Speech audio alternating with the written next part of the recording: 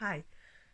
Um, so first things first, I wanted to say that since the last video when I talked about sleep and how a GP had told me that there is no way gabapentin could possibly be helping me sleep, I have discovered that gabapentin is used to treat sleep disorders, including insomnia. So, thanks GP, who made me doubt myself. But what I actually want to talk to you about today a little bit is my job, where I work in care, elderly care, work in a residential care home. And it sort of follows on from a chat I had with one of my colleagues earlier today. I can't remember exactly what we were talking about, but she said, oh, "Wow, maybe I'm autistic then." And I went, "Well, it wouldn't surprise me, um, because I would not be at all surprised to learn that care has more autistic people in it than the general populace, because it strikes me as a kind of job that people with autism that presents in certain ways are going to be really good at, because of the type of empathy we have, and because we can be so bloody stubborn, and because we can be so compassionate, and because our sense of smell is maybe different to other people's. So I know my husband really dislikes a lot of things that I don't find particularly offensive, like cow manure, whereas he is very fond of all those really chemically smells, the aftershaves and the air fresheners that make me feel quite ill. So obviously, if you're giving somebody who suffers from incontinence, if you're helping them have a wash, then it probably is of benefit if those are smells that don't phase you the way they would a neurotypical person. But the biggest area where I really feel a strength is in communication. So communication with people with dementia and other people who have behaviours that challenge. So when I work with somebody with dementia, it is a real asset if you can learn to communicate with that person how their communication works really quickly. I have to learn to communicate with every single person I meet, and I have to, some part of my brain is active in this in a way that I don't think is true of neurotypical people as I understand it, which means that when I am meeting a person with dementia for the first time, it takes me less time to get to know them and their needs than it does a neurotypical person, because I am already much more practiced at this skill of getting to know somebody, and it's no more. I mean, can be more difficult, but it's not that much more difficult for me to get to know someone with dementia than it is for me to get to know someone without. I think I'm more perceptive in some ways. I think maybe because I've learned things in a different way, facial expressions and stuff, maybe they've not come as naturally to me, so I have learned them, and that makes it easier for me to see the finer detail in their changes. But beyond that, and the other thing is this behaviours that challenge idea, which when we studied it as a module included people with dementia and people with autism as being common people who exhibit behaviours that challenge. So that can be a whole load of changes, but the big ones would be lashing out, screaming and shouting, like the physically and verbally aggressive things, and the one that I tend to do far more, which is the one where you kind of, yeah, that's fine, you sink into yourself and you shut down a bit, I guess. Avoidance was how it was termed in the most recent bit of training I did. That's part of what sparked these thoughts as well.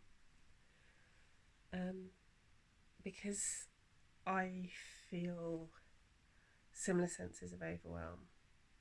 So one of the big things, we're trained in care, and it was something that I had understood instinctively, presumably because of my background.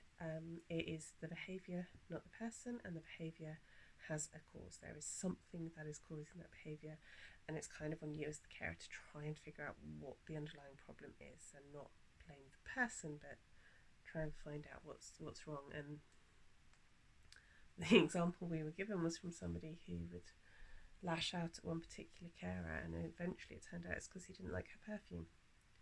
As soon as that was cleared up, she stopped wearing it and they became very close, but the smell of her perfume was so strong to him and so overwhelming for him that he couldn't tell her that's what the problem was. And he just needed her to get away. And I understand that feeling when it was told to me. A few of the other people were sort of laughing a bit, and I thought, I really understand that.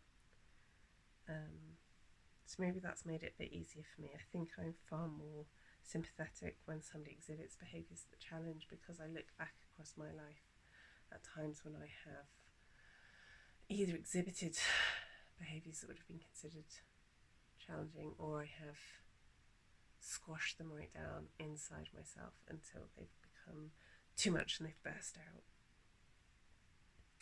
Sometimes through self-injury, because that was how I managed that feeling,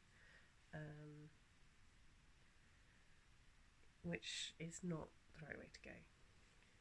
It's not a good choice. So I have this extra sympathy, and I can understand maybe more easily why some of the triggers can seem really tiny. Why is somebody getting cross and yelling at me because they don't want their window open? Well, because they really feel the cold, and it's far more difficult for them. Why are they upset? It's not that loud in here. Well, it might not be that loud to you, but actually I get where they're coming from. It's a bit overwhelming for me as well, and I have the words and the language to tell you that. So I think it's an asset because I've got more understanding, I've got more sympathy. I mentioned before I have object permanence issues, which can make working memory and executive function. I've got a lot of issues there. That's something that I will definitely talk about as I learn more about it. But I am stubborn in a positive way. I will stick to something if I think it's right. If I understand this to be right, I will be fixed and firm. And that's the strength you want.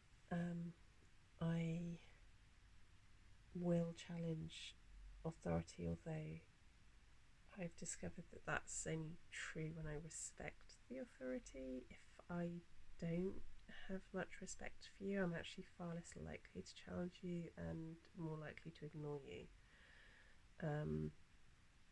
Which was a very interesting realisation, and is something that I'm just unpacking at the moment. And I think that side of it's got more to do with the fact that I don't really understand hierarchy, whereas the being willing to challenge is the standing up for your principles and beliefs. And yeah. So I think we should be very open to the idea that there's a lot of people in care with autism. I think working in care with autism, and I think that in all lines of work we should be looking at the positives that people with autism can bring, because I think there are huge benefits that people with autism can bring to any line of work at all. And maybe different temperaments will suit different jobs better, but that's true of the neurotypical population too. I see my autism as a strength. It's part of me that I value. I don't want it cured and stuff, and I sometimes hear people talking about that and talking about me as though I'm less in some way. And that really upsets me, because I'm definitely a whole person. I'm definitely a caring, compassionate and loving person, and I do not want to be cured of my autism, because for me it is not a problem. You might as well talk about curing my blue eyes, or I like it. Fix my asthma, fix my fibromyalgia, but don't take my autism from me, because it's a huge part of who I am, and it's a huge part of what I like about myself. Just help me find solutions to manage the bits that I find difficult, alright? And that includes helping me stay supported at work and recognising that I have huge strengths